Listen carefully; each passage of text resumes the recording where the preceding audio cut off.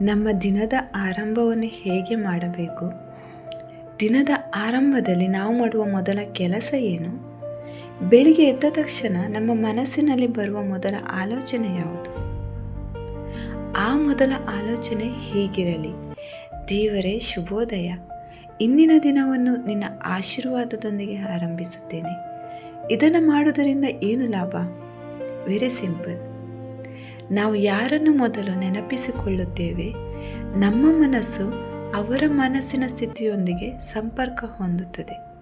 Example, ನಾವು ಯಾರನ್ನಾದರೂ ತುಂಬ ನೆನಪಿಸಿಕೊಂಡಾಗ ಕೆಲವೊಮ್ಮೆ ಅವರು ನಮಗೆ ಕರೆ ಮಾಡುತ್ತಾರೆ.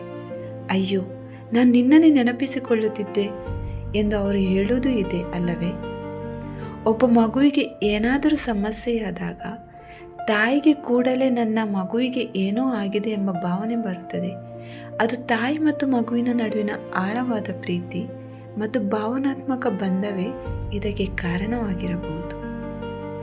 ಅದೇ ರೀತಿ ನಾವು ಸದಾ ಸಮಸ್ಯೆಗಳು, ಭಯ, ಕೋಪ ಮತ್ತು ಚಿಂತನೆಗಳ ಬಗ್ಗೆ ಯೋಚಿಸುತ್ತಿದ್ದರೆ ನಮ್ಮ ಮನಸ್ಸು ಕೂಡ ಅದೇ ಭಾವನೆಗಳಿಂದ ತುಂಬಿಕೊಳ್ಳುತ್ತದೆ.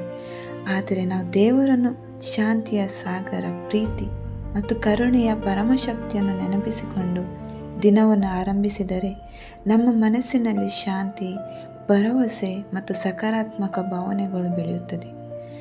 ಅದಕ್ಕಾಗಿ ನಮ್ಮ ಹಿರಿಯರು ಚಿಕ್ಕಂದಿನಿಂದಲೇ ಹೇಳುತ್ತಿದ್ದರು, ಬೆಳಿಗ್ಗೆ ಎದ್ದ ತಕ್ಷಣ ದೇವರನ್ನು ನೆನಪಿಸಿಕೊಳ್ಳಿ, ಚಿಕ್ಕ ಪ್ರಾರ್ಥನೆ ಮಾಡಿ, ಹಿರಿಯರಿಗೆ ನಮಸ್ಕಾರ ಮಾಡಿ ಅವರ ಆಶೀರ್ವಾದ ಪಡೆಯಿರಿ.